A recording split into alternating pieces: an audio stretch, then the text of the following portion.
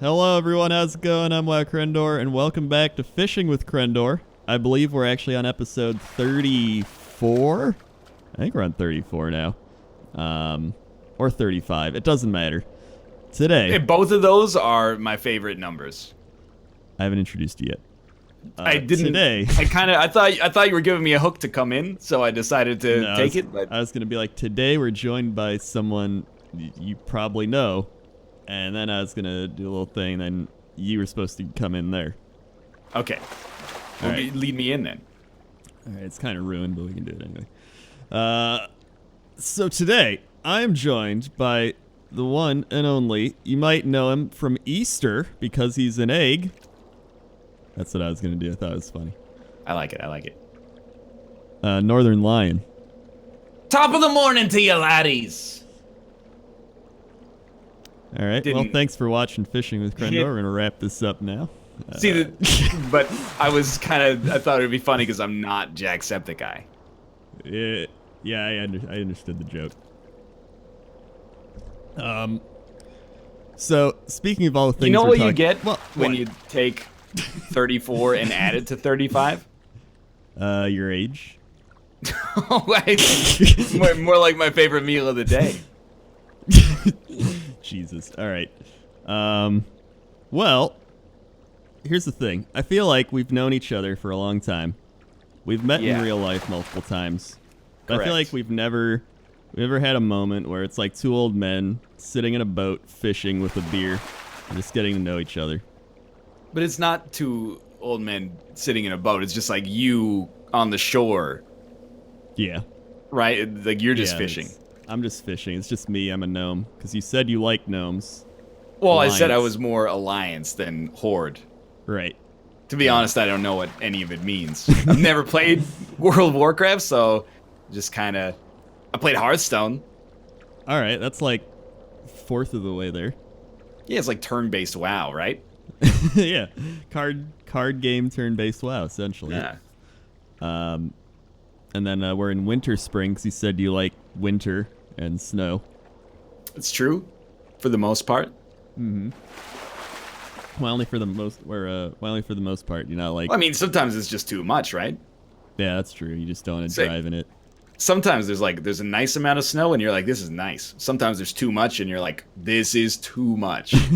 I would like there to be less snow than this. It's one of those things where even if you say like, oh yeah, we get a lot of snow here, someone will be like, you think yours is bad? I get like 50 feet of snow every day. I wish I only got like 10 inches of snow where I live. We go through that actually like any time we talk about the weather online.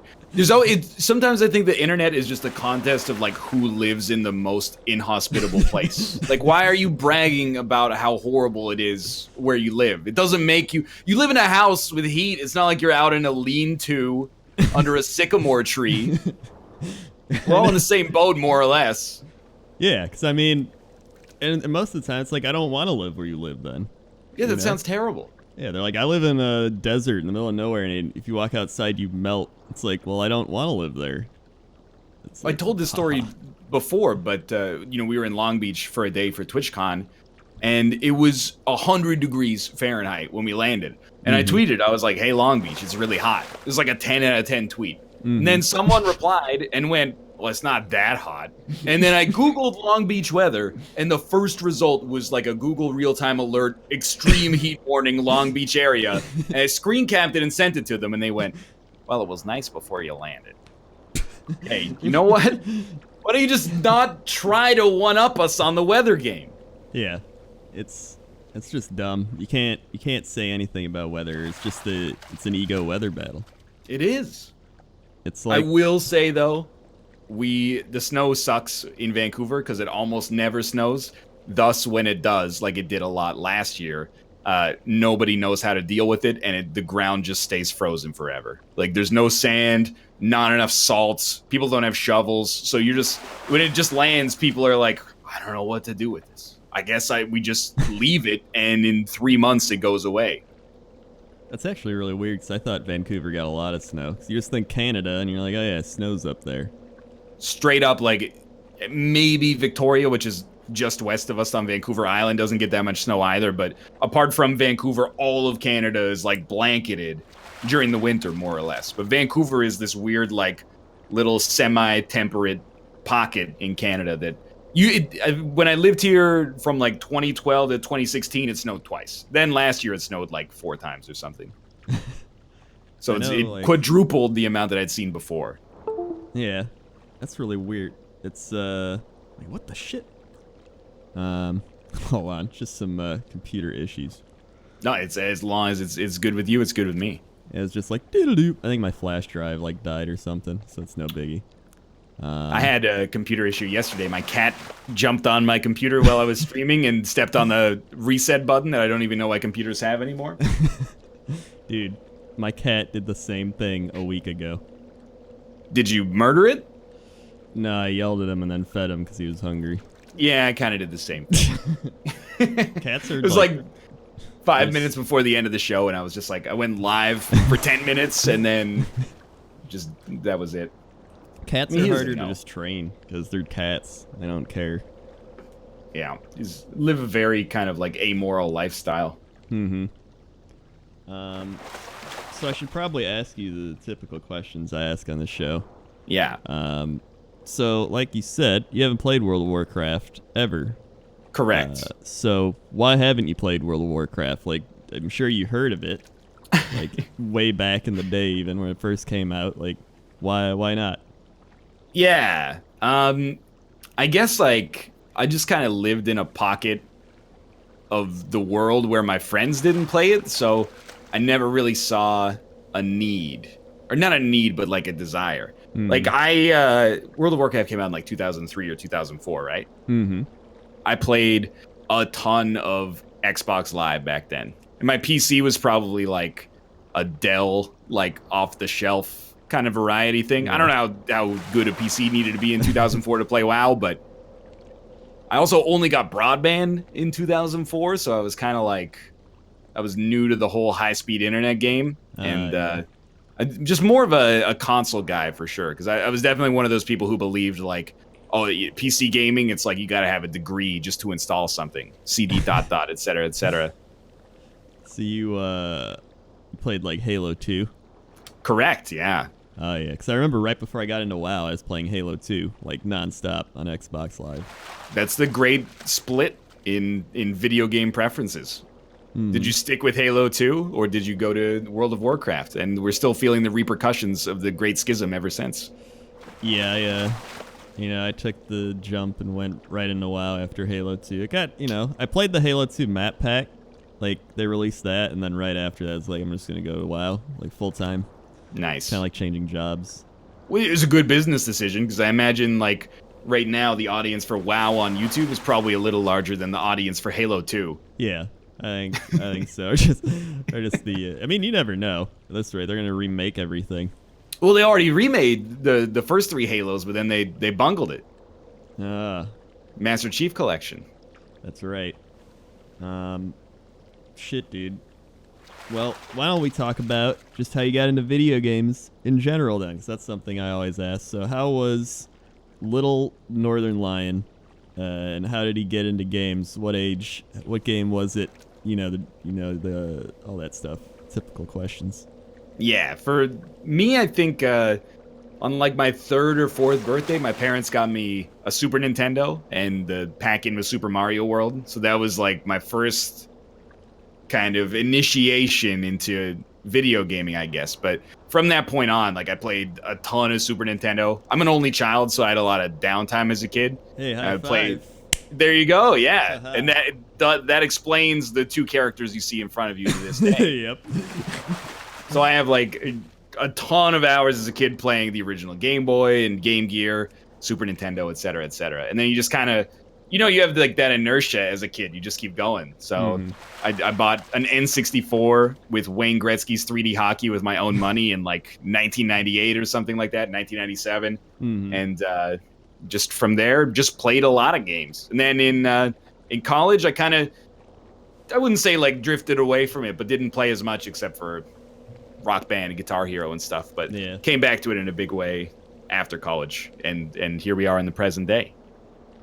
So what would you say was your favorite game growing up then? Was it Wayne Gretzky 3D hockey? Dude, Wayne Gretzky's 3D hockey is kind of terrible. Yeah. It's a blast from the past, though, because it's like 20 years ago, but half the teams in it don't exist anymore. Mm-hmm. You're like, oh, I'm going to play as the Hartford Whalers or the Quebec Nordiques. Yeah. It was a turbulent time. But no, that was not my favorite game as a kid. It was probably, I mean, when I like retcon it, I say that it's Super Mario World because I love that game to this day, and it's extremely good. But honestly, like 80% of my video game playing as a kid was annualized sports franchises. And not even the good ones all the time. Like, I played very little Madden. I played NFL Quarterback Club instead. Oh, yeah, I played that too. His just like kind of trash, but I can still picture the awful. I had the one with Brett Favre on the cover. I think it's 98. Yeah, I can still picture the awful like CNC Music Factory menu music in my head that plays when you boot it up, and when you play against your friends, you just quarterback sneak over and over and get 30 yards of play. Like it was not good, but that like All-Star Baseball. Oh yeah, I loved All-Star Baseball. With Larry Walker on the cover. 98 was a good year, man. Mm-hmm. And then NHL 98, which I believe had Eric Lindros on. Wait, no, Peter Forsberg on the. I can't remember, Those but do sound like late 90s players. It was Peter Forsberg, yeah. It was Avalanche. And it got a 3.5 out of 5 from My Abandonware. So you know that game was really good. I was the same, where I played a lot of sports franchise games because I was really into sports growing up too. So like I played like NBA Live 98, 99 as well. Dude, I think I might have had that. Let me see. NBA Live 98. I did not have that. Is this a Michael Jordan on the cover? It was the year after Michael Jordan. Oh, this is not Michael Jordan. Yeah. this is somebody on the Miami Heat. Oh. Maybe it's Alonzo Mourning. I thought he was younger than that. I don't know. Hold on, let me look this up. This is important. Look, yeah, you look it up because I'm looking at it right now and I have no idea. NBA Live 90. You can see from a distance when you see the cover that I thought it was Michael Jordan. Oh yeah, yeah. He's doing the Michael Jordan face in a red jersey while he dunks a ball. Yeah, I'm pretty sure that's Alonzo Mourning. If I had to take a wild guess. If you really want to get messed up, NBA Live 98 for PS1 has Michael Jordan on the cover. That's wow. Or this is photoshopped. Wait, whoa, hold on here. So, it's 98 is Tim Hardaway. Tim Hardaway. Yeah. Tim Hardaway. And then 99 was Antoine Walker. Don't even know who that is, to be honest with you. Boston Celtics? No. He went bankrupt because he bought too many shoes, and he had to sell them. Oh. Dude, did you ever read that article about how Vince Young went bankrupt? Oh, yeah, I read that. Due to spending $50,000 a week at the Cheesecake Factory. What an embarrassing way to go down. How do you go to the Cheesecake Factory that much? Well, first off, dude must have been making reservations. Yeah. Because that place can get pretty busy. It can get pretty busy. And then secondly, you're right. I mean, I don't know. You eat everything on the menu. It would only take you like 4 or 5 years to eat every single menu item. Yeah, that's like the one place that has anything you want. That's kind of why I've they only overcharge eaten there one time. But I remember what I had because it was the first time I've ever uttered the sentence, "I'll take the green chilaquiles, please." What did you just say to me? I know. I don't know what they are either. But they were pretty good. That's like what everybody seems to think about it. The Cheesecake Factory is like, it's pretty good. Yeah, it's just, but it's overpriced. That's the biggest issue with it. Like, I always get the Chipotle chicken pasta, and it's like $18. And I'm like, I know it doesn't cost $18 to make this pasta and just throw some sauce on it and some peas. But you know who used to work at the Cheesecake Factory? Who? Mathis Games.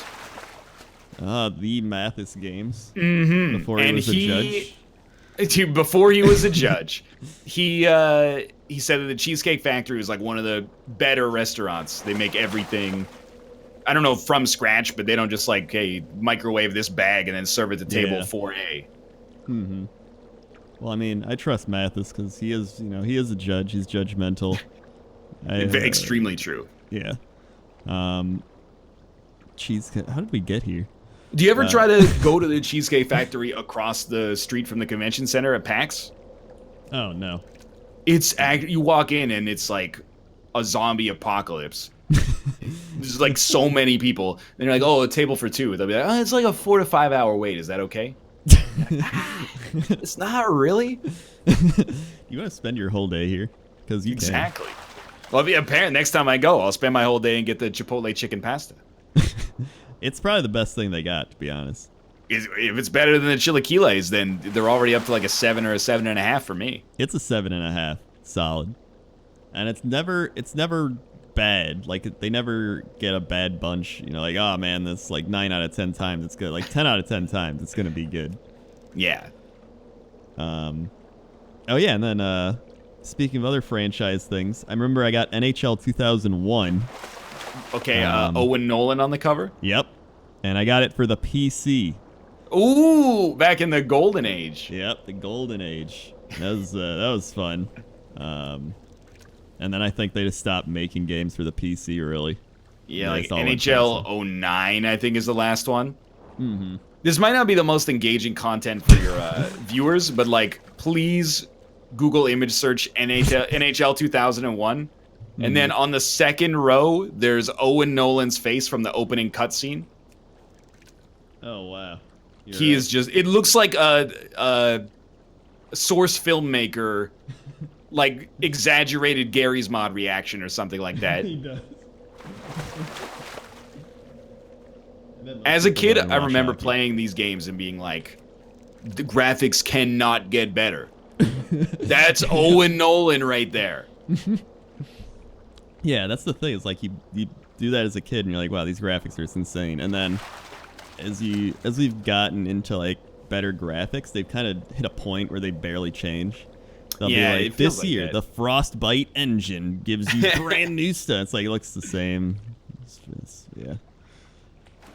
Dude, it's one of those. I'm like clicking on these screenshots and taking a trip down memory lane, and you click on a screenshot and you wait for it to load. After 10 seconds, I'm like, "Oh, that's just what it is." Yeah. It's not. This is not loading right now. This is the final product. Oh my god. Yeah, I think I started playing Madden in 01 as well. Like a lot of the games I started in like the late 90s, early 2000s for sports games. The best decision they ever did with Madden was to stop putting John Madden on the cover. Yeah. I think the first couple, it was just him. Yeah. Actually, most of them in the 90s, I think, were just him. Doesn't inspire a lot of confidence. Yeah. It's when the Madden curse started. Say, like, Eddie George, Dante Culpepper. They had, like, all these guys they got cursed. Yeah, most people probably don't even care about sports games. They're just like, this is the most boring thing. But they're actually, like, the best RPGs ever made. Yeah, they really are. Okay, that might not be true, but, like, it's partly true. Top tier. You know what? Madden 2003, far superior than Final Fantasy 7. Is that Marshall Falk? Yeah, that's Marshall Falk. I knew it. Actually, that might have been 03. No, it's Michael Vick. We gotta cut the video then. Yeah, it's not allowed on the internet. Gonna get demonetized. So, like, back when EA didn't exclusively have the NFL license, there used to be that Sega one that had the ESPN Plus NFL license. Oh yeah, I remember that. They used to have first-person football in the game. I'm not sure if you remember that one. I do actually remember that. I read an article as an impressionable 15 or 16-year-old that pretended like it was from a scientific journal and was like, they performed experiments where they gave people the game and played it in first person, and they're like, bruises are mysteriously appearing all over their body, and the injuries they experience in the game are being simulated in real life. And I was like, wow, this is pretty dangerous. And, like, I told one of my friends about it, and he was like, you are an actual idiot. It's just a revelation and an innovation we just missed out on. Oh, I thought that's why they buried it. It's because it was too realistic. Like the human mind wasn't ready. VR wasn't set to come to life then. So let's get off the sports game topic. Actually, you know what? If you insist. NHL 95. Yeah. For the Super Nintendo or Sega. Yeah. Was an amazing game. That's like in the gap of covers that I don't know, I'll admit. I don't remember who was on the cover. Maybe I just remember Mario Lemieux was in it. Penguins had Yager. It's just a goalie. No, it's just a goalie. Either way. I can't even tell who. Tom Barrasso, maybe? When you played it, it had like 3 songs it would alternate between. And they were just like, like that one. I remember this, yeah. Yeah, and they had like a few other ones, and they'd always just play on face-offs and continue into the game. And then it had the goalie sound. It's like, but it was one of those games you could play it with anybody. They didn't even have to know anything about hockey, and they'd just be like, "This is fun." Yeah, there's only 2 buttons. Like, yeah, I had NHL '94, but I also had the year before that NHL PA International '93, where they like before they even had the license to use the teams. And I mean, that's exactly the same game, but it's also like a total ripoff. Because it has, if I remember correctly, it has the players, but they're not allowed to use like any of the NHL branding. So the jerseys don't have icons or logos on them or anything. They're just like, you know, you got to pretend. Mm-hmm. Like the teams are in the game, but it's not the Montreal Canadiens. It's like Montreal. Full stop right there. You can't go any further. But at least you know who it is. Yeah, exactly. I mean, it has players on the front. Yeah. So again, we're gonna branch off from the sports. If you insist, yeah. Let's talk about when you actually got into PC gaming. Yeah. What games did you play then, and how did you find The Binding of Isaac? 'Cause that's kind of your game, right? Yeah, absolutely true. So, in college, I just had basically like a garbage laptop that I used for Microsoft Word, and that's pretty much it. Mm-hmm. So when I moved to Korea, I took that laptop with me because I taught English in South Korea between like 2010 and the winter of 2011. I took that laptop with me, and I was playing PC stuff over there because they have different plugs. So if you plug in like an Xbox 360 into those plugs without having some kind of converter, it'll just explode. So I was like, I'll play video games on the PC instead. But then I dropped my laptop on the subway literally the first day that I was there. So I was like, okay, I'll buy a laptop because I can't have a real PC because I'm going to have to drag it back in a year or two. So I got like a laptop that was pretty good, and that's when I started playing like stuff like Civilization 4 and TF2 went free to play that summer, so I was playing a lot of that, and that was really like my opening sort of entry point into Steam. And then when I came back, I got like a good PC, at least for the time, because I was doing YouTube at that point, and I was like, I can't keep recording on this weird Korean laptop. The frame rate is like 10 FPS in everything. So really, I started playing indie stuff because of the fact that it ran better on worse hardware. And that's how I found Isaac. Like, I was a big fan of Super Meat Boy, and I kind of had my eye on the game when it was announced, which was like August of 2011. And then when it came out in September, or maybe it was announced a little earlier, but anyway, when it came out in September, I was like, oh, I'll play this. And then I was just kind of hooked from that point onwards. So why did you get hooked on it? Was it just like, you like find your game? Was that like finding the golden treasure chest in the middle of nowhere, like in the woods, and you just stumbled across it and you're like, wow, this is usually amazing. I think the golden treasure chest in the woods does not contain treasure, from what I know of. Depends on your perception of treasure. Okay, yeah, I understand. Maybe some heirlooms. Yeah. But I think, like, for me, and this is a stretched metaphor, admittedly, but it's almost like a sports game in that you can play it for like half an hour to an hour, and it's one self-contained sort of thing. But then you can also come back to it later, and there's almost like a meta campaign associated with it. I really like playing things that you can play in shorter bursts instead of necessarily like a 40-hour self-contained story where every time you come back in, you got to remember where you started, and then when you finish up, you got to kind of leave yourself at a save point or something like that. Which, I mean, is not really how things are now, but how it was maybe 10 years ago.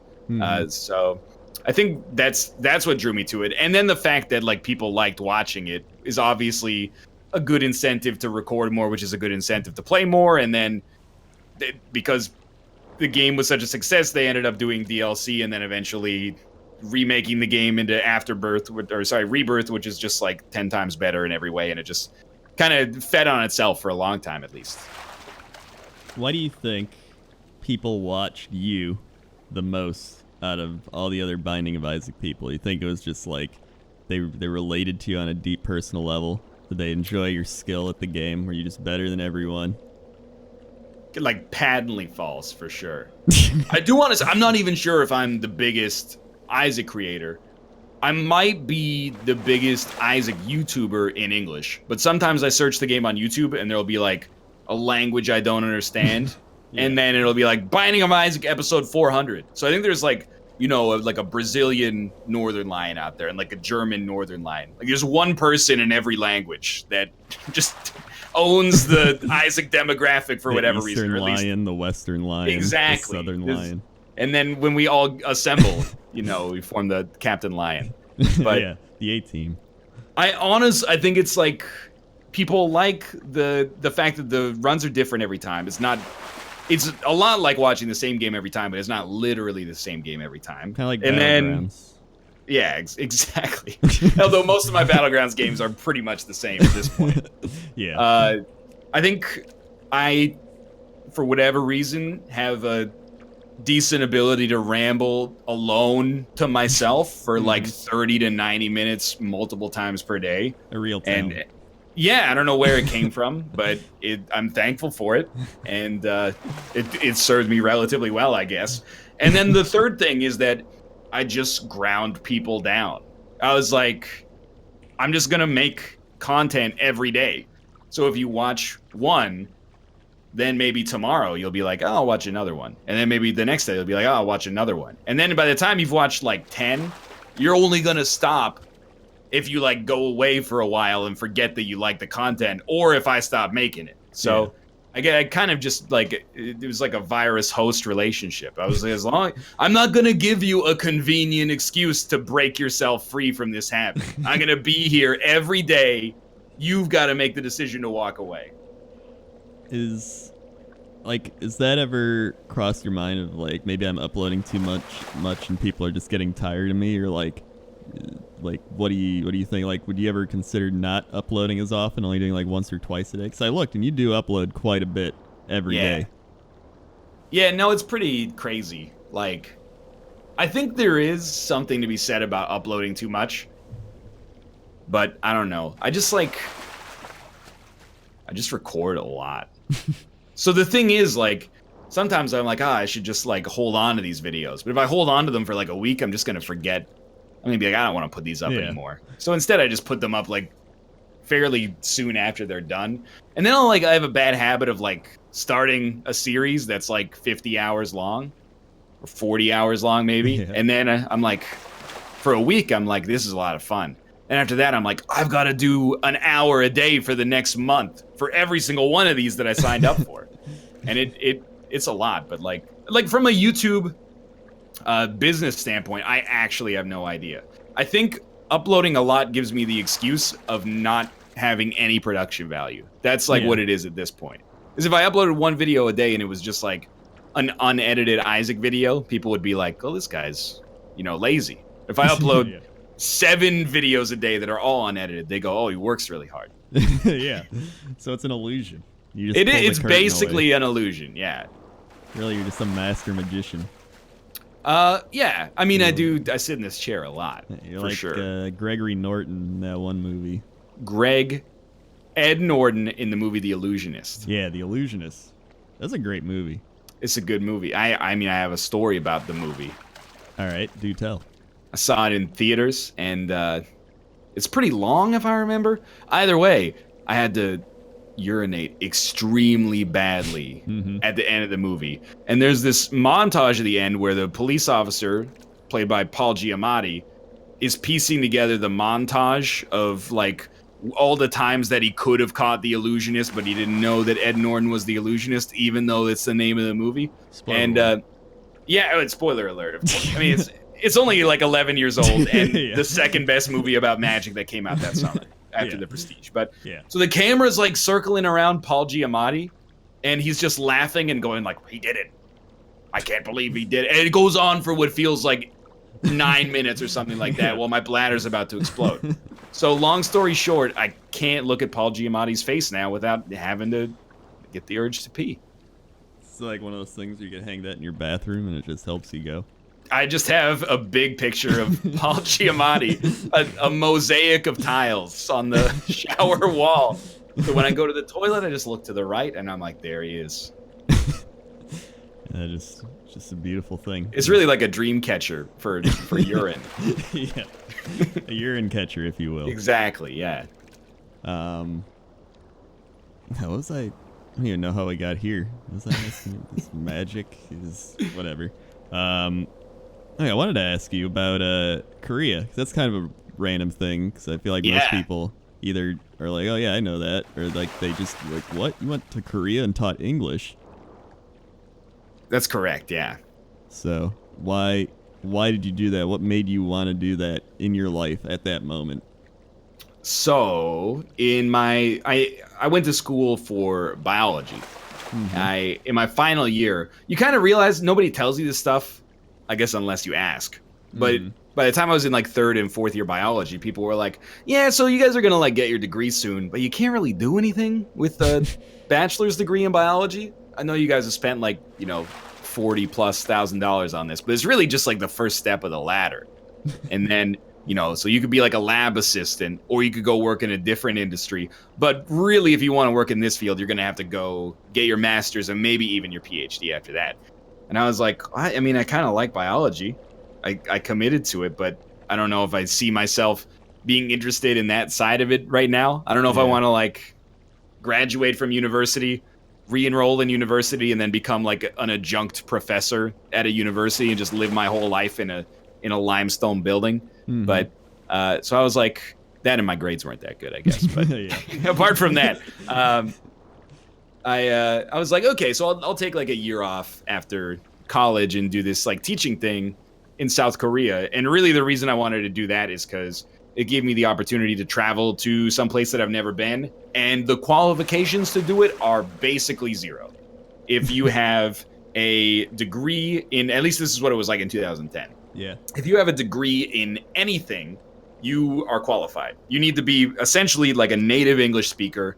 And then usually there's like 1 of 9 countries that they prefer to hire from. And then a bachelor's degree in any discipline, and they'll hire you. And you make okay money, like maybe $1,500 to $2,000 a month. Your rent's paid for. So you can bank pretty much everything that you make, and you could pay down student loans or save a bunch of money to come back and try something else. So yeah, I did that for a year, mostly because I was like aimless and also a little sick of school and wanted to kind of shock my comfort zone a little bit. But instead, I ended up like going to work and then coming home and recording a bunch of video games on my laptop at the time. So it didn't broaden my horizons that much, I guess. So did you have like any other countries you could have went to, or you just like you said they have like multiple countries you can go to? Is that like the one you picked, or did they like tell you that's the one you had to go to, or how did that work? So the way that it works, what I meant earlier actually, by the way, was that the Korean schools tend to hire from like 1 of 9 countries. Oh, I see. Because I mean, it's like a little, I don't want to say racist, but like they're like, we'd really like it if you were from Canada, America, UK, New Zealand, Australia, like a country that is known for speaking English. Yeah. If you were like, even if you were a native English speaker, but you were from Germany, they would probably at least give you a once over and be like, I don't know, we could just hire the American guy instead. But the way that it's usually works is like, if you're a good teacher and you have better qualifications, you go to Japan, because you choose to go to Japan, I should say, because the money's a little bit better.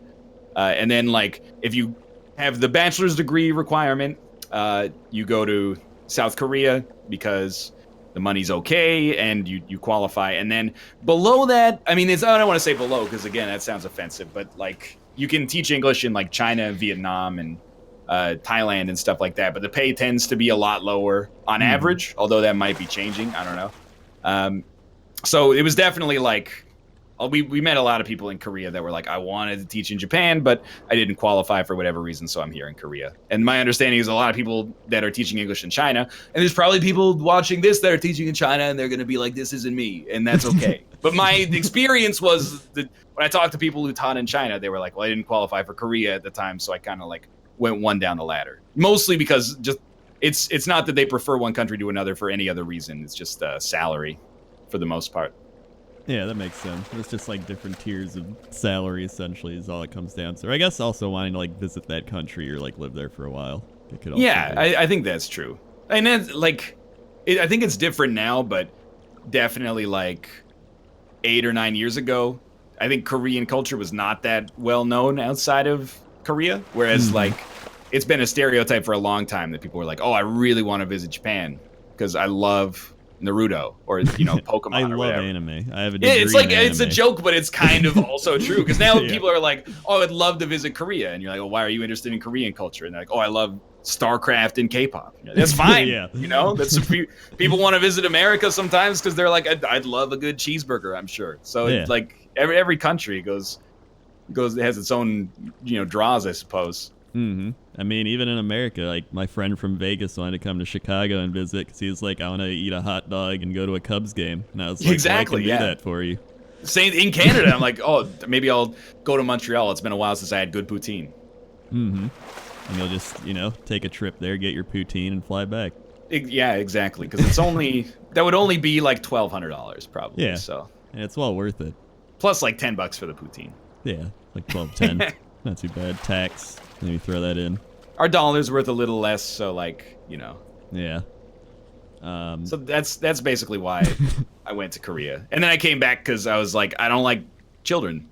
I wasn't like, I'm not necessarily bad with kids, but basically within my first month in Korea, I was like, I don't want to be a teacher. Or if I'm a teacher, I definitely don't want to teach like people under the age of 15 because it's just, they're not adults, in case that's not abundantly clear. Yeah.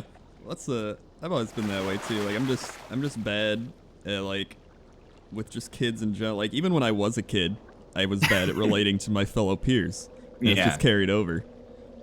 It's like we had Canadian Thanksgiving like 3 weeks ago, and we drove down to the U.S. to have dinner with my brother and sister-in-law. So Kate's sister and her husband, and they have 2 kids. One of them is like 5 and one of them is 3. Mm-hmm. And the 5-year-old was talking to me, and I was just like, I don't know how you talk to a 5-year-old.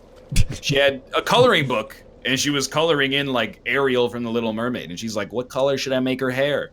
And I was like, maybe you should make it red. And then she would draw it in red, and she'd be like, how does that look? And in my head, I'm like, it looks like a 5-year-old drew it. So you can figure that out for yourself. But I was like, oh, yeah, it's pretty good. And I was like, she can see through the ruse. Yeah. Like, if she was an adult, she'd be like, oh, this guy is just giving me lip service right now. Yeah. I just don't know how to talk to a 5-year-old. Yeah. It's like the same way you talk to an animal, like the same way you talk to your pet. Yeah, it's like the same way you talk to someone like Mathis. Oh, okay, so not at all. Give them the silent treatment. Well, I feel like we have a type of humor, like a drier, like more sarcastic, cynical sense of humor, and so I think that's a bit more like unrelatable to kids. Like they like I feel like Jesse is someone that relates well to kids because he's kind of like the goofy, like whoa, hey, wow, that's cool, man. He's like more sociable, and I'm always the person who's like whatever. Yeah, he's like gregarious. Yeah, and I can totally see that. Mm-hmm. Well, I don't know about you. That's why like whenever we would like go to a party in college, I was like, I hate this. Yeah. You just all you can get across with like loud music is almost nothing. And if you're like you're trying to make a joke about like Magic the Gathering or something like that, it's really hard to get it in over the loud music, right? Yeah, I mean, it's always hard when you're at a club and it's just blasting music and you're like, hey, is that red mana sure is red. What? Sometimes it kills, dude. Sometimes it kills. Not as much as my magic drafting abilities. They're just like, get out. Yeah, it's, I'm actually with you 100%. I don't know how to make a child laugh, I guess, is what it comes down to. And it feels like they're like the toughest audience. Yeah. I can make people on the internet laugh sometimes, but if you sat like a 5-year-old down in front of a video that I did, it would just be like, they'd be so bored. Yeah, well, it's the same with me. That's why I said our types of humor is just kind of not accepted unless you're a bit older in that case. And it's I don't know what it is. Well, I guess it's more of like, you got to think about it a little. We're just very intelligent. We watch Rick and Morty. That's the thing, is we're just a lot smarter than most other people, so it takes a certain intellect to understand our humor. Yeah, I actually inject Szechuan sauce into my veins daily. It really helps boost my IQ. But Crendor, you muted your microphone. Oh my god, I muted myself? Yeah, I was giving it a second there, and then I went to Discord, and I was like, I wonder what this guy's talking about. I'm actually very intelligent. I meant to mute my microphone. I was just saying how I injected myself with Szechuan sauce daily. So well, honestly, it was very smart of you to mute yourself, so I didn't have to hear that. Yeah, it's embarrassing. But I think, because when I was a kid, I remember you watch stuff on TV and show, and then you come back to it later and you're like, oh, I understand things in the show now. Like when you watch it as a kid, you're just kind of like, haha, he said he likes dinosaurs, I like those. Yeah, like stuff like that. So it's just your brain develops, right? Yeah, it's right. I like to think, as you grow up, you kind of shift from the Mathis over to the Northernlion or the Crendor of the world. Mm-hmm. Yeah, it's all personal preference, of course, but just generally speaking, it's far superior. Yeah, intellectually. Like, if you think it's a good value to be smart instead of dumb, then, act accordingly. Yeah. I think that's why I've always enjoyed our times we've done stuff together, because I don't think I've met someone as dry as myself. I can't really think of many other people, maybe like one or two, but I think it's practically a desert in here. Well, what's interesting is, like, you have to adapt as well. Like, when we do the NLSS, I normally in real life am kind of like the low energy environment in the room, or the low energy entity in the room. But on the NLSS, we have a couple of people like that, so I've got to like put on a fake personality for a little bit and like try to drum up some enthusiasm and some fervor. But yeah, here it's just like get desiccated. Get as dry as you'd like. Yeah, it keeps going. Are you one of those people where you kind of adapt to whoever you're around then? Kind of like chameleon? To some extent, I think. I try to, at least. Mm-hmm. So I know if I'm around someone like Gmart, he's a little more blunt. When I'm around him, like I'll become a little more blunt then and say like those types of things. But then like if I'm around like someone drier like you, I get more dry, and it's just like whoever I'm around. If I'm around Sam, I get more like muscular. British, muscular. Yeah. I grow. That's when I'm around Gmart, like, which happened literally for half an hour at TwitchCon. I just got like maybe half an inch taller. He's a big boy. He's a tall boy. Yeah. I did not. Well, I mean, it's not that I really thought he was going to be short, but I was like, he's tall. Yeah, he's taller than Sam. Sam's like 6'2". Like Sam can play professional sports if he wanted. Yeah, not basketball, but not basketball. Many of the sports. Yeah. It's because I met Gmart a few years ago, because he's up in Wisconsin, so he's not far away from me, so he can just drive like an hour or two down, and so he'll do that sometimes. So I'm like, when I go watch a movie or do something, so he's like, all right. And when he got here, I was like, you are tall. And then he's at my door, and then I just shut it on him, and I let him sit out there for a while and think about how tall he is before I let him back in. Yeah, when he came back in, was he like doing a little half squat or something? Yeah, the little half squat and then just frostbitten. Yeah, and we have the same thing. Like one of our friends, Austin, he's got like the widest shoulders I've ever seen in my life. And sometimes it just makes me angry. You get, you're like, can you just narrow those down a little bit before the next time you see me? I mean, you had like 6 months, and if anything, they might even be a little larger than last time. Oh, that was one thing I noticed was Rob. Yes. I know Rob. He reminded me. I was trying to think of who he reminded me of, and I realized it was Egoraptor, Aaron. Oh yeah. He reminded me of like a more worn down Egoraptor. If that makes sense. And I told him that too. I think he would not be offended by the comparison. Especially, I mean, you've already told him, I guess. So, yeah. I mean, he has like an Egoraptor thing going on for sure. Yeah. He's got an Egoraptor face and he has Egoraptor hair. He does. It's a great guy. Loves paper plates. Does eat off of paper plates, yes. Yeah. Has no shame about it, but I think that's kind of just like how it goes. Like, in a couple of years, he'll eat off paper plates but be ashamed, and then he'll get onto the ceramic train. Mm-hmm. And really, that's the only way to do it. I mean, I think so. Yeah. Because I'm an adult, but... I also wanted to ask you, this isn't even related to what we're doing, but I was looking at Twitter, and someone brought up Mod Pizza. Oh, okay, yeah. And somebody was like, I actually really like Mod Pizza. And I was like, I've been there before. It's pretty good. Yeah. And then someone tweeted me, and they're like, you should ask Northernlion about it. And I was like, what? Why? And now I'm here to ask you why. Okay. So, on the show that we do, right, we have arguments that are, like, kind of ridiculous sometimes. Yeah, like the paper plate one. Exactly. You know, do you eat fish and chips with your hands or with a knife and fork, et cetera, et cetera. But, by the way, what do? You already said, I think, but I'd like to be reminded. I use my hands. Yeah, I don't agree with that. That's okay. It's a subject for another day. So, the Mod Pizza thing. At PAX, we went to one of our friends' houses who lives, like, a little north of PAX, a little north of Seattle, I should say. And he was like, hey, have you ever heard of this place called Mod Pizza? And I was like, nah.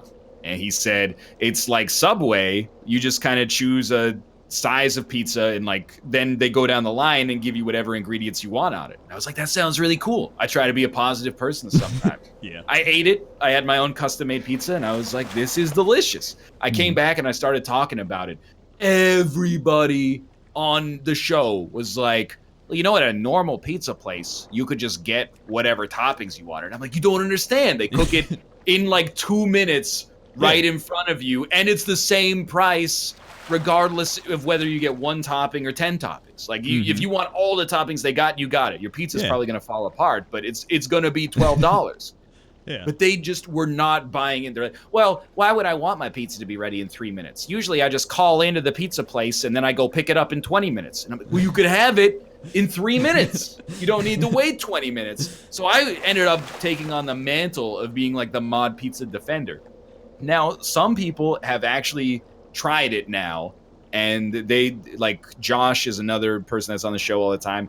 He tried it and was like, this is pretty good. I totally get it. And I respected him for trying it. But apart from that, we got a big cloud of negativity around the Mod Pizza franchise. One of the biggest growing fast casual chains in America, I might add, of people that just refuse to try it and moreover seem willfully ignorant to why it's even a thing.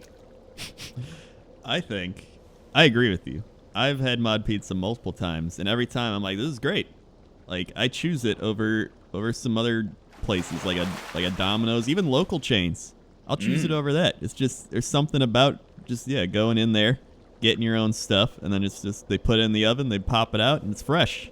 And you live in Chicago, so you have, like, some notoriety. We have Italians living here that, like, have their own pizza chains, and they're like Papa Sabardis or like Papa de Goops, and like, I have the option of going there, but I choose to go to Mod Pizza.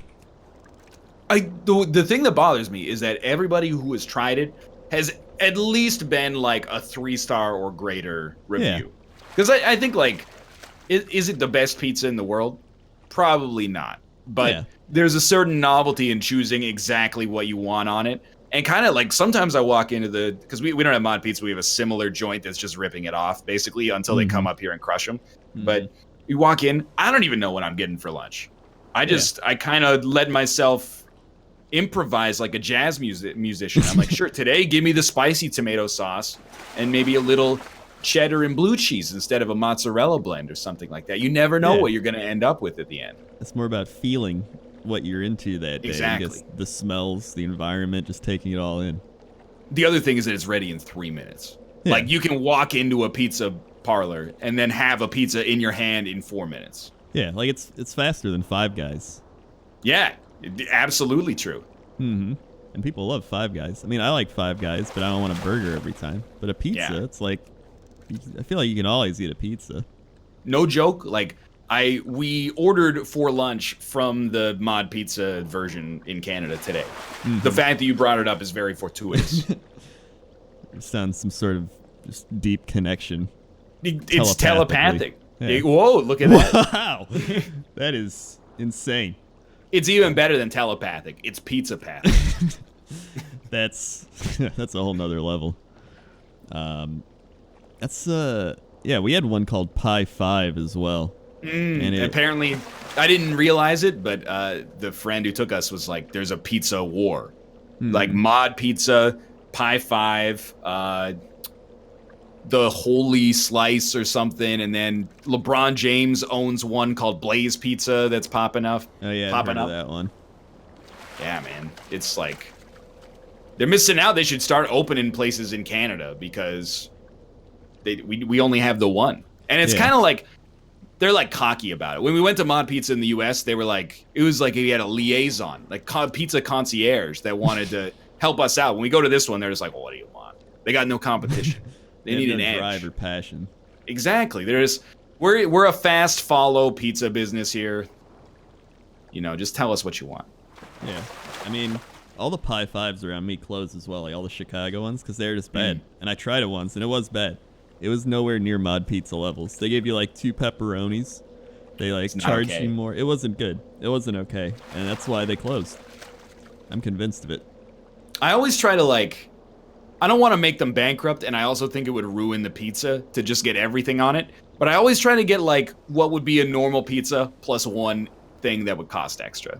Yeah. I'll be like, hey, give me 2 different kinds of cheese, and then bacon, chicken, and then banana peppers, or artichoke hearts or something like that. Something that if you went to a normal pizza place, you'd be like, it's a little bit, that's a premium ingredient. Yeah. You're going the premium route. You're going to step above. We've talked about pizza for probably 5 minutes. Yeah. Actually, it's kind of curious with the show. I wanted to ask you about that, of how you actually started the Northernlion Super Show, because that's been a consistent thing for a long time now, right? Yeah, almost 5 years actually. Yeah, which in this business is since the start. Almost. That's not since the first day, but pretty close.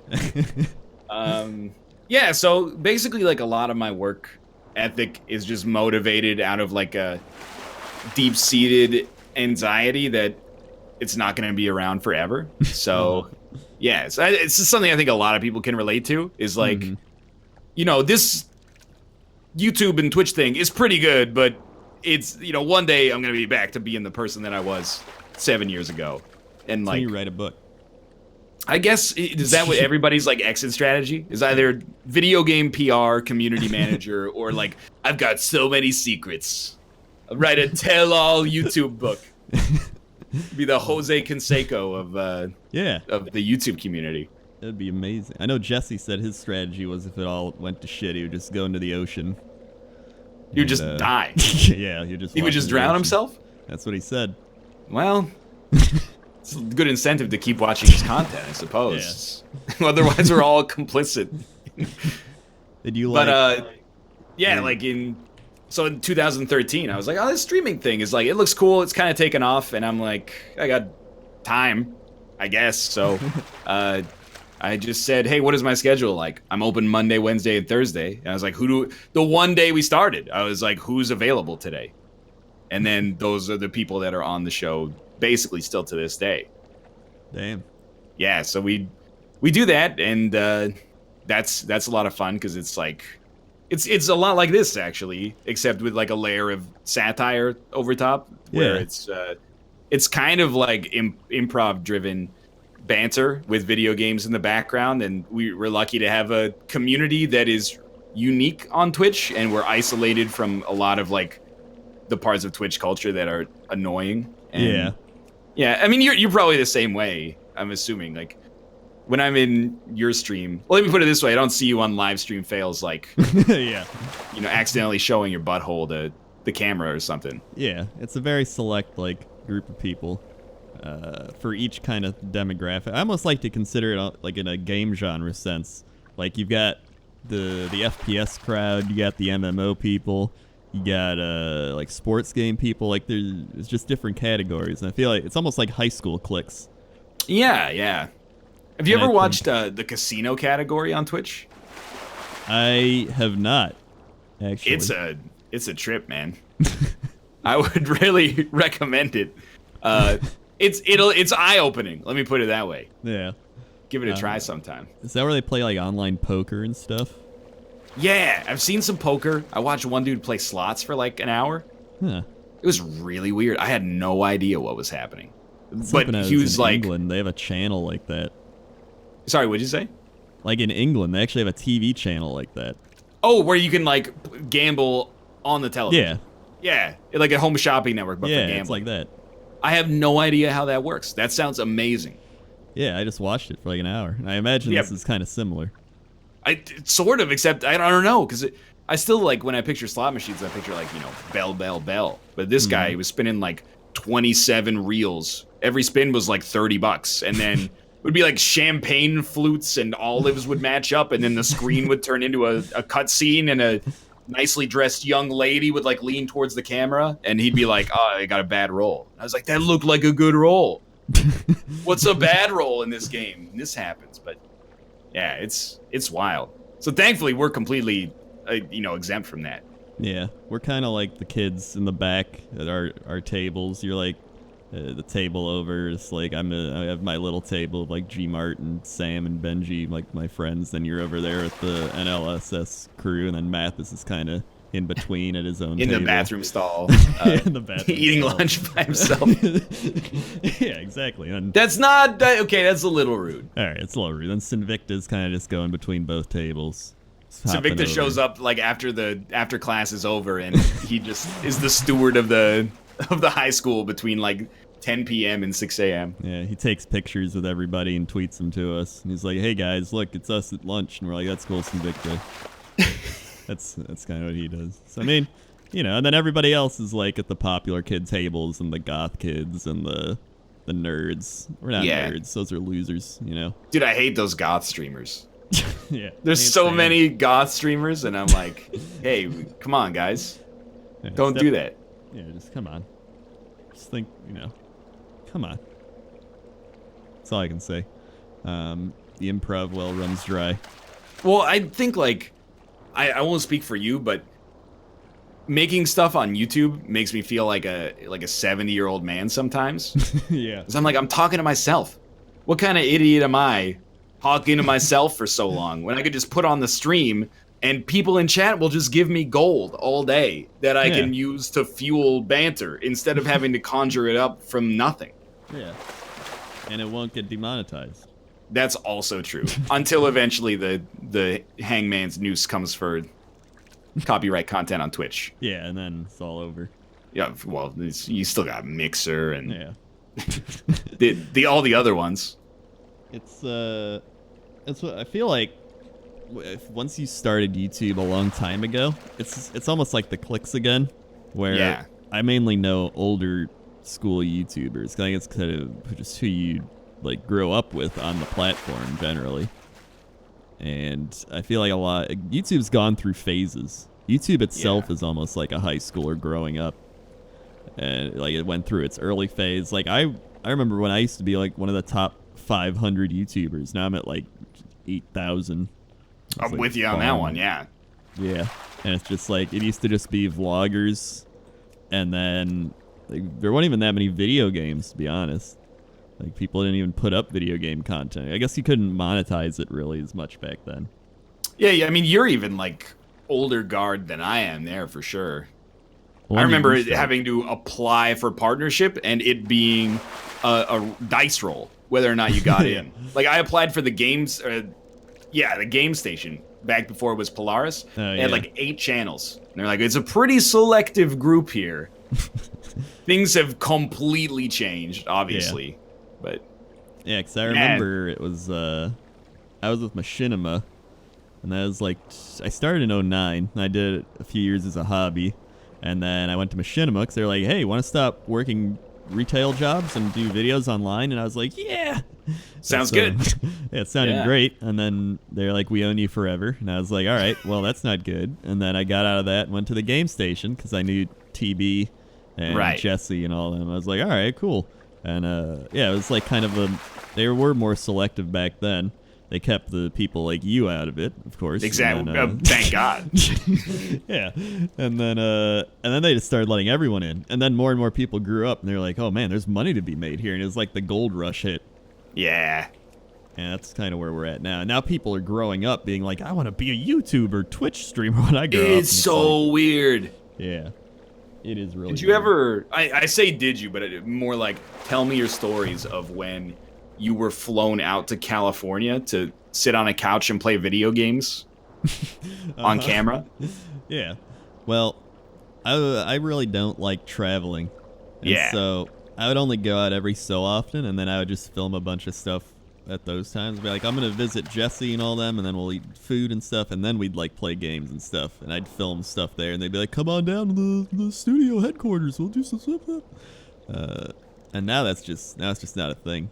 Yeah, really there was like, it's still like, the business is pretty good, but I feel like back in 2014, 2015, there was just so much money in those networks. Yeah. You get like deals that don't make any sense. They'll be like, hey, here's, do you want like 4 or 5 figures to promote this razor? And I'm like, what do you do?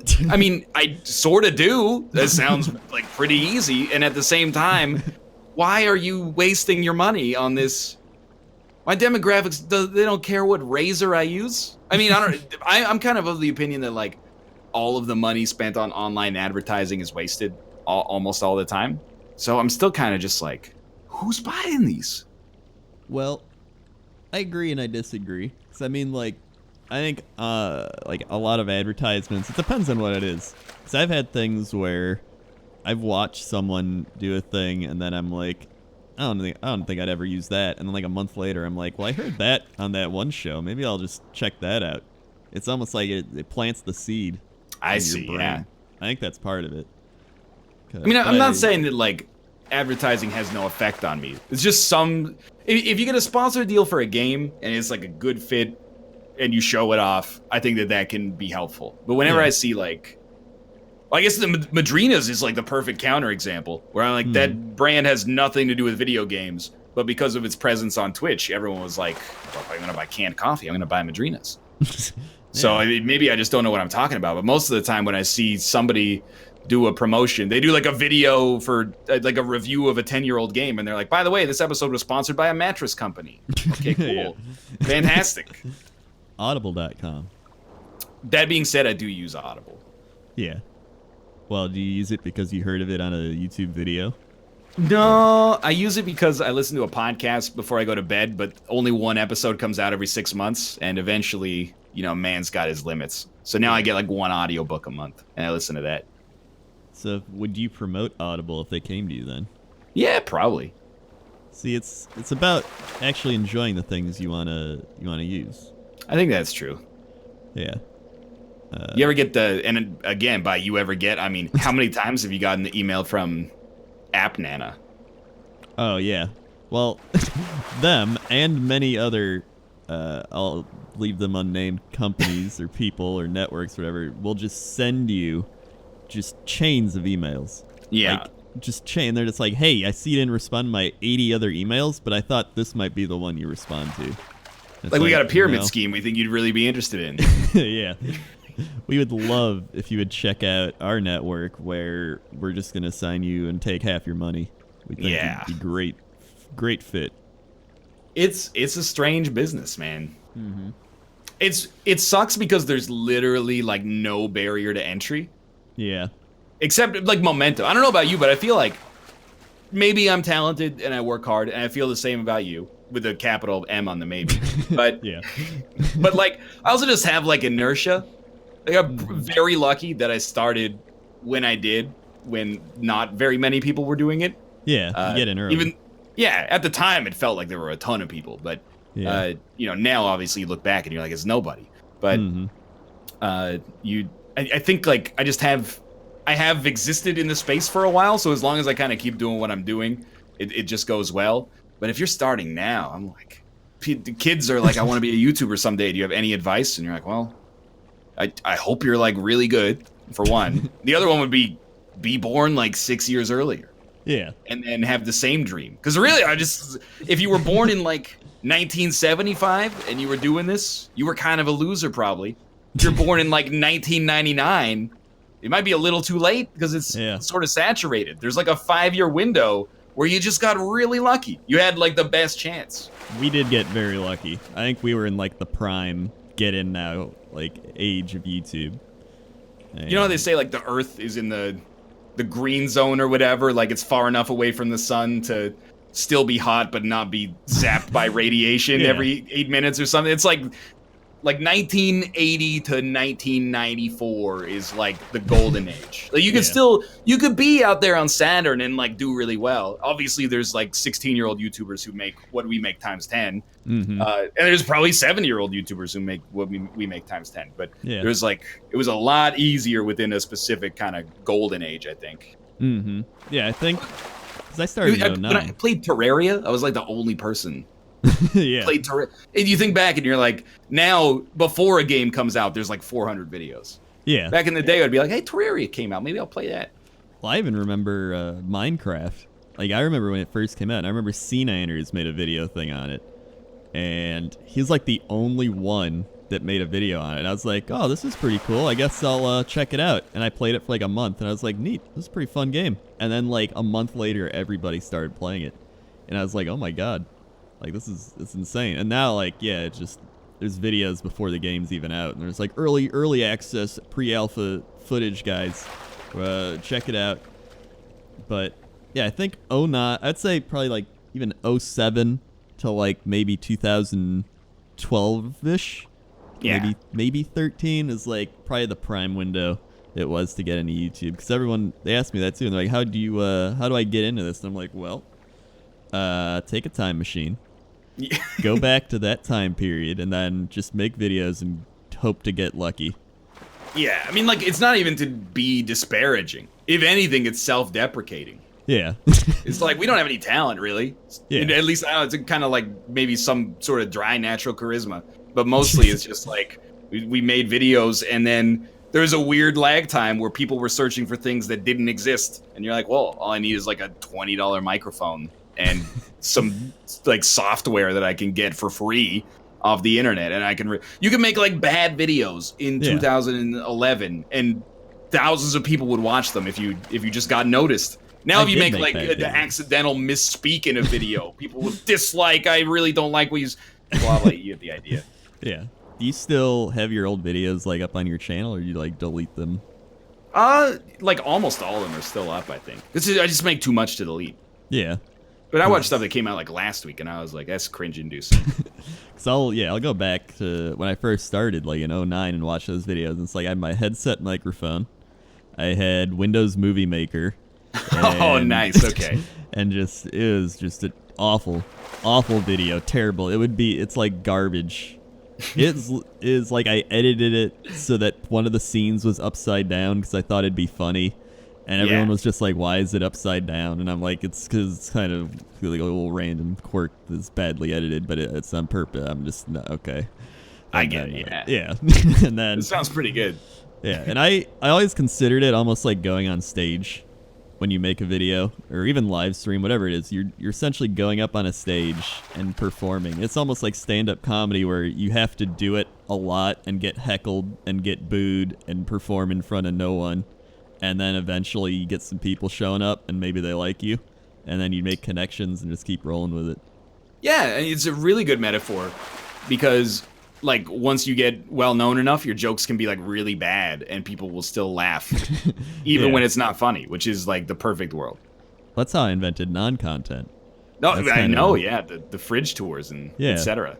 I mean, I read like marketing books and stuff, and there was one I read that was like the purple cow, and it was this guy who's like, I'm under the theory that if there's a purple cow in a field of normal cows, it's gonna get noticed, and so that was like one of the things, and I was like, all right, so if I just make some like weird ass things of people I know, because everyone wants to watch people they know do stuff.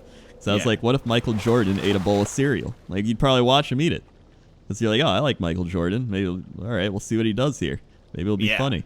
Or like, what if, it could be like anyone that you enjoy. And then I was like, all right, so I'll just film my friends and myself and just put it in random situations, random scenarios. And so I did things like fridge tours. I threw a water bottle down the stairs and filmed it, Do your friends ever get like mad at you and they're like, please stop filming me? Well, usually they expect it. They know it's coming. I mean, it's part of the deal. Yeah, it's part of the deal. I mean, obviously, if they're like, I don't want you to put that up, I'm not going to put it up. Yeah. But it's just, for the most part. Because then you're killing the purple cow. Yeah, I'm killing the purple cow. They're getting jealous. They wish they had that non-content idea. It's, I don't know. I've always enjoyed it, too. I think people can tell I enjoy it. It's just, I don't know. I think it's fun. It's kind of like, what's the Tim and Eric? Yeah. I think it has a little bit of that vibe to it, where it's purposefully, like, not good, or, like, badly edited, or, like, just stumbling over words on purpose, like that type of thing. Yeah, no, I think you got, like, that's definitely what I see as part of your unique brand, quote unquote. Yeah. Is, like, a lot of deliberate garbage. Mm-hmm. With a capital G. Yeah, it's just all capital letters. Yeah. Screamed as loud as you can.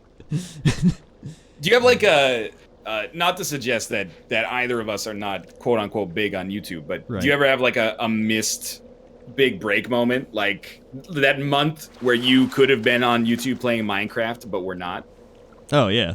I would say probably the beta of Hearthstone. I remember. I remember that was my most viewed month, like, ever. And I was like, I could have really taken advantage of that. But, what are you gonna do? You can't. I'll make my time machine and just go back. What about you? Dude, check this out. Back when Markiplier was first getting started on YouTube, I got an email from him that was like, hey, I just wanted you to know, like, you're kind of an inspiration.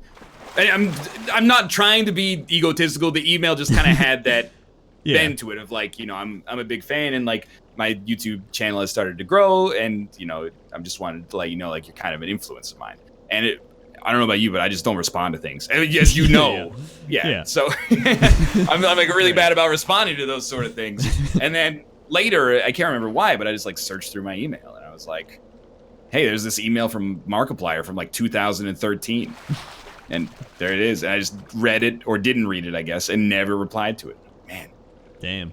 If I replied to that, who knows? You'd have been inspiration to everyone. You'd have millions of followers.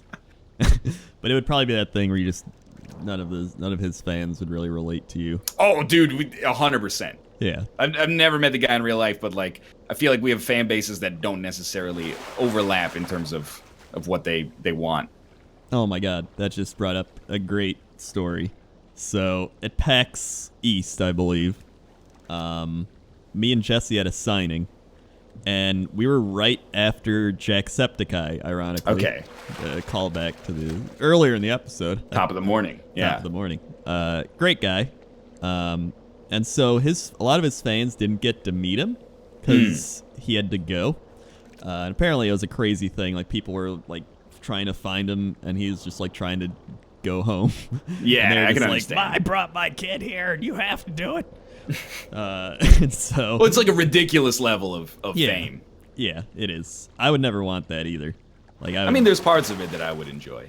Well, that's the thing, is there's parts of it I would enjoy, but there's a lot more that I wouldn't enjoy, and I would rather be in mediocrity.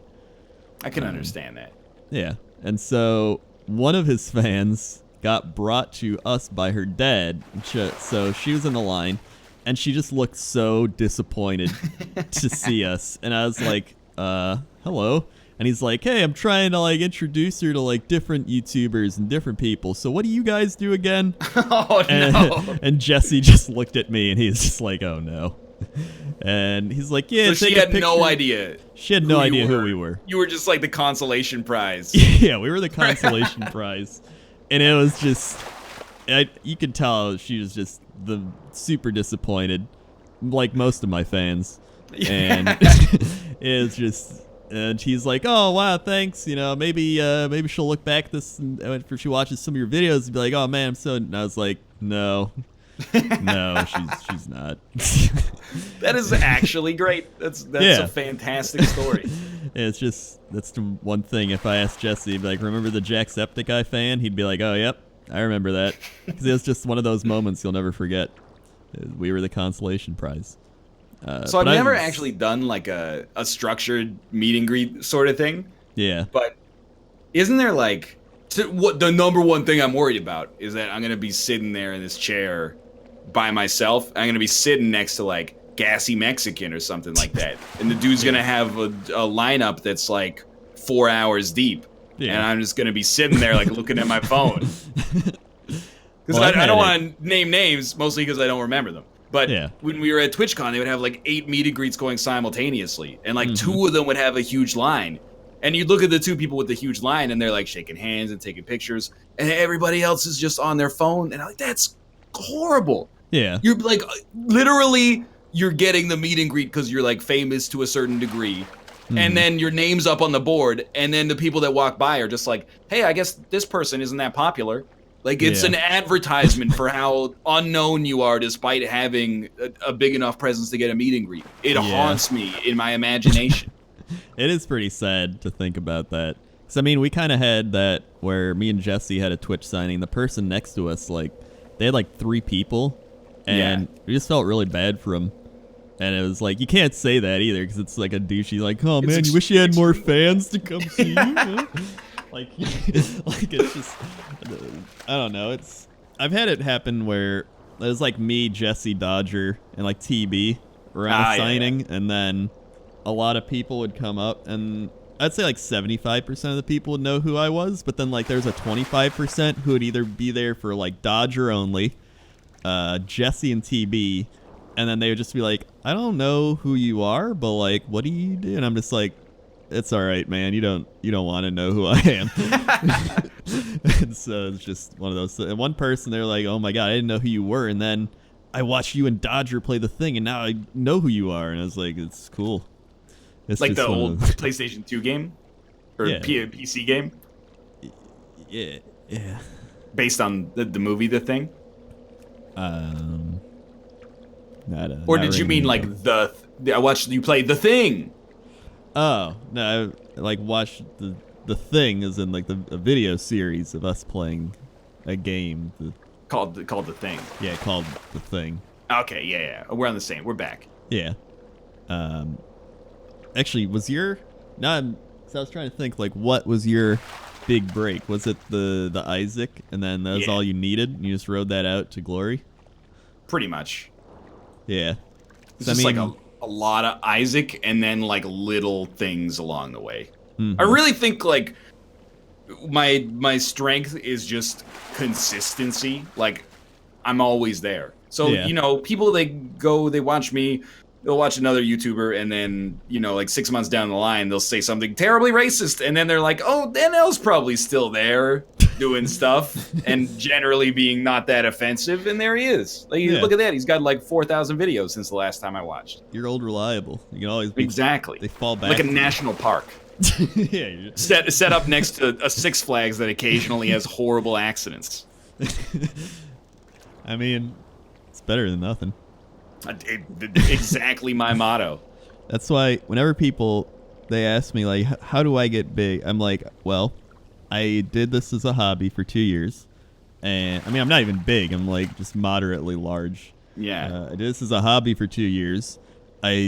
People were like, WoW's dead. And I was like, well, I still like it. I'll make videos on it. And there'll be funny, stupid things. And people watch those. And then I met TB and Jesse and all those people. So I was like, yeah, just do that. Make friends with Jesse and TB. And then, you know, just keep going with that. See how it goes. I always compared myself, going back to sports analogies, to like the NBA. I'm like Lindsey Hunter.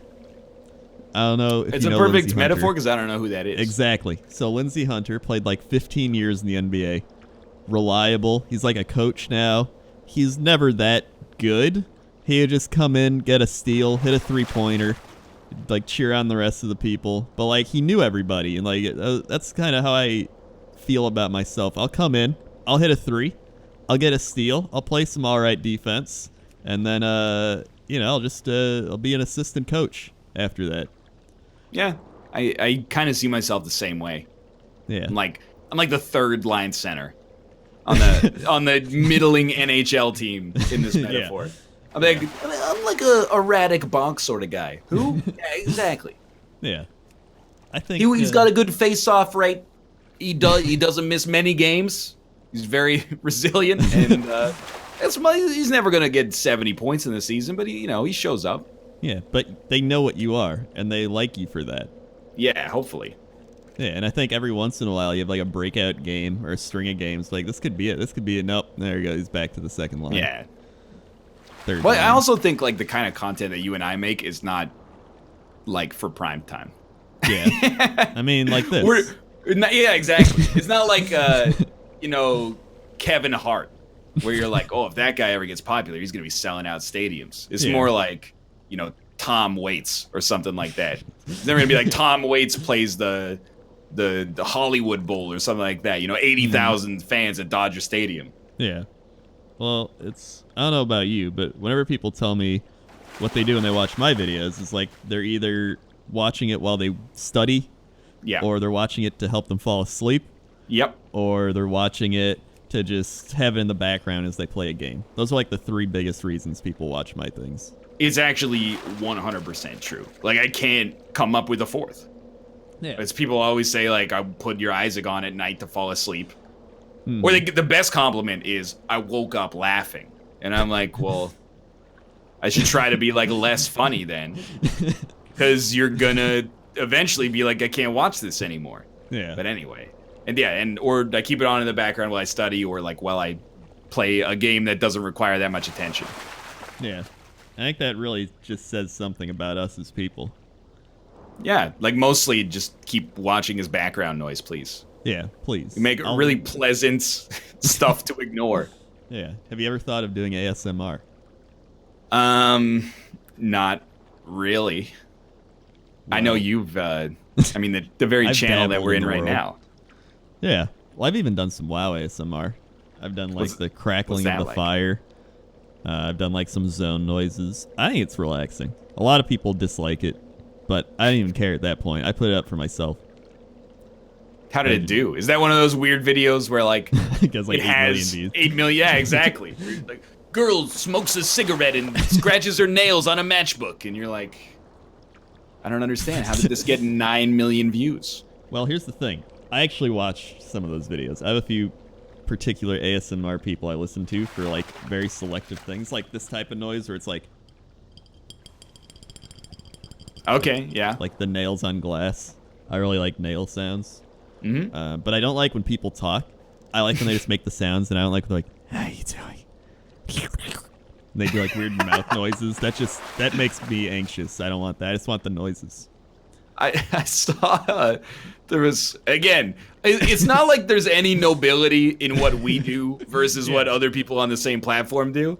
But I did see a clip of a young lady on Twitch who was doing ASMR, and she had a prosthetic head with 2 ears, and each of the ears had like a microphone built in, and she was licking and sucking on the ears, and I was like, that's just too much for me. I wasn't born in the golden era for that. I don't know when the golden era is, but I'm outside of it. Well, have you ever found a sound or ASMR you really liked, or is it just no? Well, like the nails on glass, or like, the kind of plinking of like marbles in a jar or something like that. Yeah. It's pleasant. I understand where people are coming from, I guess. That's good. I always just thought, like, like everything on the internet, there's just kind of a weird sexual part of it as well. Yeah. Okay. I think that is, it definitely plays into it. Cause I don't know what it is, but like I don't like watching like guy ASMR. I always watch like a woman with ASMR. It's not even like oh yeah, woman. It's like it's just, I don't know what it is. It's just a more pleasant thing. Maybe it's, I don't know. I just, even with like if I listen to nails, like I'm like maybe it's because they have longer nails, so it makes a better sound usually. I don't Whatever know. you have to tell yourself, yeah.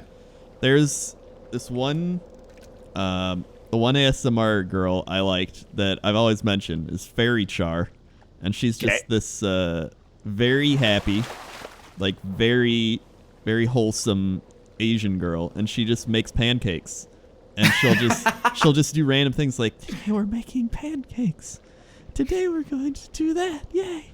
And I'm just like, I'll just sit there like with that in the background, and I'm like, I don't know why, it just calms you down. There's nothing weird. I'm not like, oh yeah, make those pancakes. It's just like, I'm like, maybe I'll watch making brownies next. Yeah, I mean, again, it's not like we're doctors. Yeah. I feel like there was a period in like 2011, maybe somewhere around that era, where we were all like punching up, and we were like, well, people watch people play sports, and what we do is no different. And now a lot of the people who were doing that are punching down at other people doing stuff that was as weird as what we were doing at the time. And I'm like, you gotta remember, we were the idiots doing stuff that nobody understood for a while. And now they're like, well, I don't get the IRL stream where people just walk around and play Pokemon Go. And I'm like, that was us. That was us. I mean, I'm sure you've watched your fair share of Twitch IRL. Probably less than you would think, but I've seen a lot of clips. I'll tell you that much. Yeah, I have watched some IRL streams for like a little bit of time. Like you recommended XBC that one time, and I watched a little. It was like, this is enjoyable. Yeah, but also saw like a lot of people just being kind of assholes in restaurants. Yeah, that seems to be a pretty common theme. Yeah, it's like, this sucks. If I sat next to these people, I would be annoyed.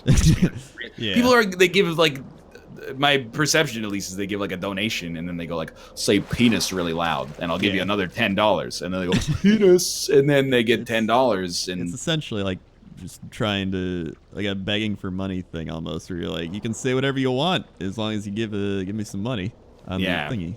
That's kind of, I don't really watch. I only watch EXBC, honestly. Now that I think about it, that's the only IRL stream I watch. Otherwise, I wouldn't watch IRL. Come to think of it. I've mostly also seen clips of EXBC, like accidentally breaking mugs, and well, yeah, those are funny. That's a good clip. Yeah. It's and now I'm the guy who's like, I don't understand why people like the IRL streams, but maybe we're just getting even older. It's plausible, literally true, but also plausible. Yeah. So that's probably what it is. I mean, we've been going for an hour and a half, just rambling about nothing. So it's probably time to stop. It's the way these normally go.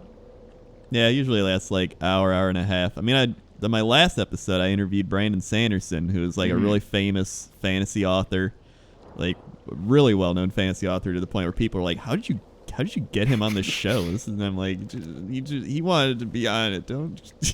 And they're just like, yeah. And now we're back to normal, of course. No, I understand. Yeah. I've never written a book, much less a good one. Will you though? Have you ever been inspired? Do you want to write a book? Probably not. I mean, like, it's a lot of work. Is there anything you want to do, like, as a goal for your future? Like, do you want to open up a hockey rink? Do you want to, become a chef? Like, is there just some goal out there after YouTube that you've just always wanted to do? Since like 2015, I've been in part-time school for computer science. Mm-hmm. And I'm kind of at the point where I have enough knowledge and practice to actually make something that could be useful. Mm-hmm. But I don't really have like a good idea. Like, I don't have an idea that's going to change the world. But what I do want to do is make like a garbage website that people spend way too much time on, and then just like cash out. Yeah. I make like a website that's like, you know, meme of the week or something like that, like and a then clicker just be like, game.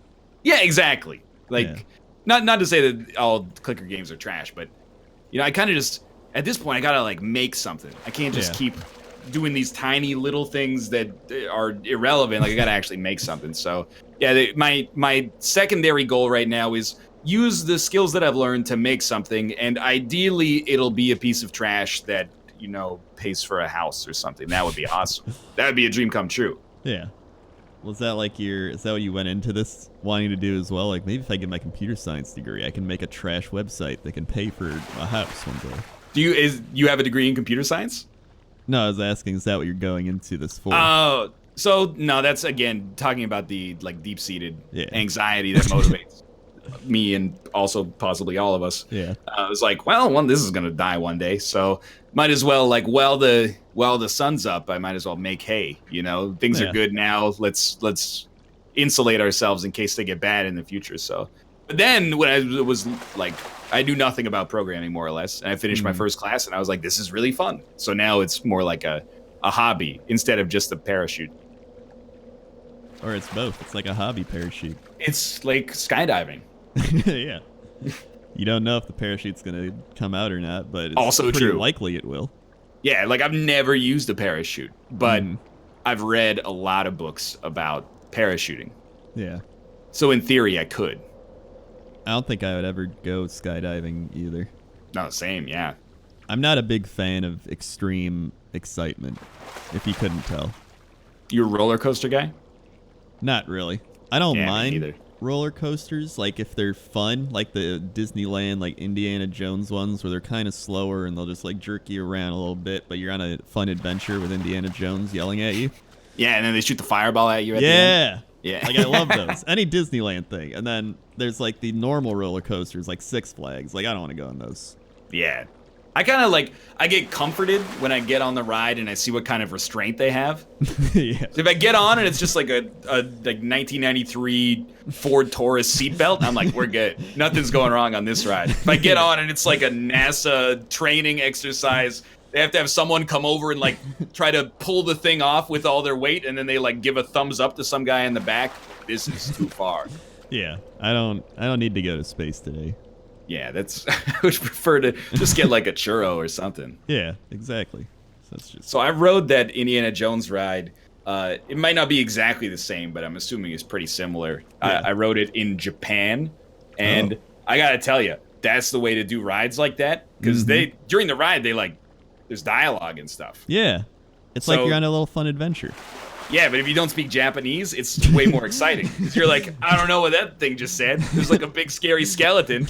He yelled at me in Japanese and then spit a bunch of steam at us. And then we fell into a pit. And then Indiana Jones tipped his hat and said something in Japanese. And then a big fireball gets shot at us. He turns into anime Indiana Jones, and he just starts. Anime music comes on. He did do an idle dance number. Yeah. Yeah, I always wanted to check out the Japan Disneyland, because that does seem like it'd be pretty fun. Or I don't know if it's just, maybe it's just Disneyland in Japanese. I don't know. Kind of similar, I think, yeah. Yeah. But the way I understand it is that it has a good reputation among like super Disney fans as like one of the best Disney parks in the world. Interesting. It also adds like a really nice element to the Tower of Terror, because in English, basically this idol comes out and goes like, we're going to drop you now. Get ready. Yeah. If you don't speak Japanese, the same thing happens, but you don't know what the heck. He could be saying, like, we got another 10 minutes to go. But instead, then he hits you with a big bolt of plasma, and you're free-falling all of a sudden. So it really keeps you on your toes. Yeah, it adds a little bit of excitement, just not knowing what's I would even going really on. recommend it. Well, I also don't like excitement, so Also I probably true. wouldn't want that. All right. Well, thanks for joining me on this fishing show where we just ramble for a bunch. Yeah. It's pretty great. Like I said earlier, I got this idea. I don't even think I ever said this on the show. I got this idea from watching the William Shatner interview show. The Shatner's Raw Nerve. Yeah. Yeah, I'm very familiar with it. Very familiar? As of about 2 hours ago, I'm extremely familiar with it. Yeah. It's not even a great show. to be honest. It's just it's what gave me the idea. He interviewed like Weird Al and Judge Judy and random people. I'm like, hey, I know people. I can interview them, kinda. And here you are. And here we are, almost on episode 35, 6. Yeah. All right. Well, where can people find you if they just listen to this? Like, wow, I love this guy. Wishful thinking, but youtube.com/Northernlion or twitch.tv/Northernlion, either one. YouTube is always going to be something there. Twitch, like maybe 25% of the time you'll go there and I'll be live with that big red circle and you can tune in or be like, hey, I didn't want to watch this guy. Why is he being hosted by this person? I wanted to see that person instead. Yeah. I love when that happens. It's 90% of my Twitch usage is like, hey, I wonder if this guy's live. Nope, but he's hosting somebody you went to 3rd grade with. So hey, I'll check this out for 10 minutes. Yeah. But you know what? It's better than nothing. They got some, maybe that's all you need. Maybe that's their big break, is getting hosted. It could be. Yeah, who knows? All right.